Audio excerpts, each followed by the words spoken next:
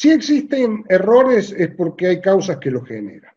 Vamos a ver la tipología de causas que pueden generar errores en los instrumentos de medición. Obviamente, el instrumento puede ser una causa de error, en el sentido de que el instrumento puede tener problemas de funcionamiento, el instrumento puede tener desgastes. Recuerden que el instrumento de medición es un elemento mecánico como cualquier otro, por lo tanto está sujeto a desgaste, a deterioro con el uso y el tiempo. Por lo tanto, el instrumento, ya sea porque está construido defectuosamente, ya sea porque se han ido deteriorando sus cualidades metrológicas, pueden generar errores en las mediciones, pueden ser causa de errores en las mediciones. El medio ambiente también es una fuente de errores en el resultado de las mediciones. Todos los factores ambientales, la temperatura, la presión atmosférica, la humedad, generan alteraciones en el resultado de las mediciones. En las mediciones mecánicas, algunas de ellas son intrascendentes, excepto la temperatura. La temperatura es extremadamente importante y es un factor sensible en las mediciones mecánicas. Es tan importante que la norma ISO número 1 determinó que la temperatura en las mediciones industriales tiene que ser 20 grados Celsius. ¿Y con qué tolerancia? Cero. Cualquier desviación de esa magnitud genera deformación en los cuerpos, dilataciones o contracciones según aumente o disminuya la temperatura, haciendo variar las dimensiones de los elementos mecánicos y también las dimensiones de los instrumentos, obviamente. Por lo tanto, las mediciones tienen que realizarse a 20 grados Celsius o referenciarse a 20 grados Celsius. ¿Esto qué significa? ¿Que no podemos medir fuera de esa temperatura? Obviamente, todas las mediciones que se realizan en el planeta se realizan fuera de esa temperatura, más o menos próximas según cómo podamos controlar la temperatura del medio ambiente. De hecho que cuando se producen componentes mecánicos extremadamente precisos, esto quiere decir con tolerancias extremadamente estrechas, con intervalos de tolerancia muy pequeños, se climatiza toda la planta de producción, las máquinas, los líquidos de corte, los líquidos de trabajo, de tal manera de tener la temperatura ambiente de la pieza, de la herramienta, de todo el conjunto, lo más próximo posible a 20 grados Celsius. En algunos procesos es extremadamente sensible, por ejemplo, en un laboratorio de metrología donde se hacen calibraciones de instrumentos muy exactos. Allí la variación tiene que ser muy pequeña. Bien, ¿cuál es el valor admisible de desviación? Porque no es posible mantener exactamente a 20 grados Celsius cualquier ambiente. Depende del nivel de calidad que querramos tener en las mediciones. En un laboratorio de metrología de una industria corriente podríamos tener ese valor dentro de más o menos 4 o 5 décimas de grados Celsius y obtendríamos resultados bastante buenos. Si queremos medir patrones de medición de muy alta calidad, tenemos que reducir eso a 1/10 de grados Celsius. Y en la línea de fabricación lo tenemos que manejar, depende de las tolerancias que maneje. Afortunadamente, el efecto de la dilatación térmica responde a una ley lineal, por lo tanto, podemos calcular cuál es la variación que se produce en función a la variación térmica con una fórmula muy sencilla que es la que estamos viendo, donde la longitud a una determinada temperatura de medición está referenciada a la longitud que tendría esa magnitud a 20 grados Celsius, afectadas por la diferencia de temperatura, ciertamente, y un coeficiente que se denomina coeficiente de dilatación lineal, y que acá hemos colocado una tabla con los valores de coeficiente de dilatación lineal de los materiales que nosotros más frecuentemente utilizamos. Es interesante memorizar una regla memotécnica que nos va a ayudar a rápidamente tener una idea de cuánto nos está afectando la diferencia de temperatura en un determinado ambiente.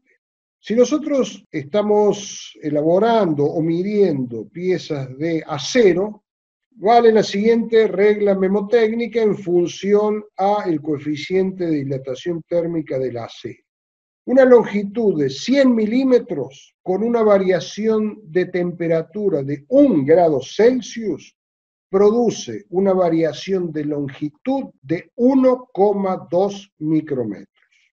Por lo tanto, si en lugar de ser 100 milímetros son 10 milímetros, una variación de 1 grado Celsius produce una variación de longitud, dilatación o contracción, según aumente o disminuya 1 grado Celsius la temperatura, de 0,12 micrómetros.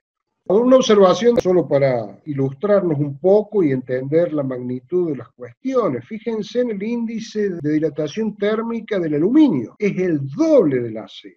O sea que el aluminio en las mismas condiciones de variación térmica va a dilatar o contraer el doble que el acero. Existen también, obviamente, los errores debido al operador, ya sea porque no está bien capacitado, porque comete algún tipo de error inconsciente o conscientemente. Lo cierto es que es también una fuente de error. En cuanto al operador, podemos encontrar dos grandes grupos de errores. Los errores durante la medición, errores al efectuar la operación de medición que tienen que ver con estas cuestiones. No estar bien capacitado, no entender bien cómo funciona, no estar bien preparado técnicamente para ejecutar la medición, ya sea porque no conoce bien el instrumento o no conoce bien la metodología o la técnica para realizar la medición. Y también existen los factores psicológicos, o sea, la distracción, la falta de concentración puede generar equivocación en la interpretación o en la realización de una medición. Y luego existen los errores de lectura que básicamente tienen que ver con la interpretación. Involuntariamente, por cierto, interpretación equivocada de la indicación. O errores de interpolación, eso es muy frecuente cuando, por ejemplo, cuando tenemos un índice que tiene que coincidir con alguna marca de la escala y no coincide con ninguna marca, sino que está ubicado el índice entre dos marcas. Entonces, el operador interpreta la indicación como una fracción del valor entero y da un valor que puede estar errado. Ese error es muy frecuente. Y finalmente, debido a las cuestiones fisiológicas del individuo, también se pueden generar errores como el error de paralaje, que esquemáticamente lo vamos a ver en esta figura y que consiste en que el operador observa la indicación del instrumento en un plano que no es el perpendicular a la escala, generando un ángulo, en este caso el ángulo alfa, que me generan el error de paralaje EP. En definitiva, el error de paralaje se genera porque existe el ángulo alfa y porque existe la dimensión D. O sea, el índice del instrumento no coincide con los indicadores de la escala. Esto ocurre en todos los instrumentos que tienen indicación aguja o indicaciones de alguna forma donde el índice está separado de la escala. Por ejemplo, los relojes comparadores tienen este problema. Tienen un índice, que es la aguja, que está separado de la escala.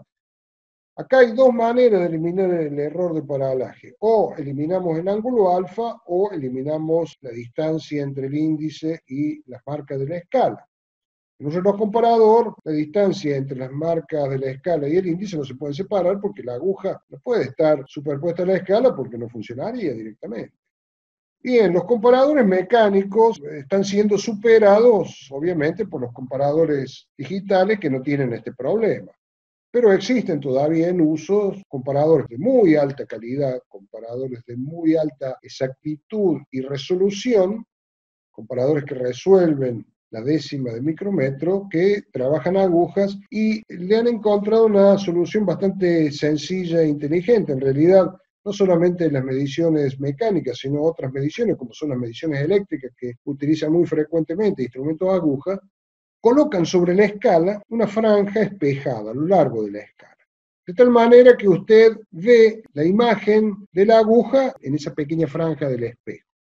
Si usted está viendo la aguja y ve la imagen de la aguja en el espejo, es porque ha generado un ángulo alfa, o sea, no está observando al índice sobre el plano perpendicular. Cuando deja de ver la imagen de la aguja en el espejo porque la aguja la tapa, significa que usted está observando sobre el plano n, que es la perpendicular sobre la escala.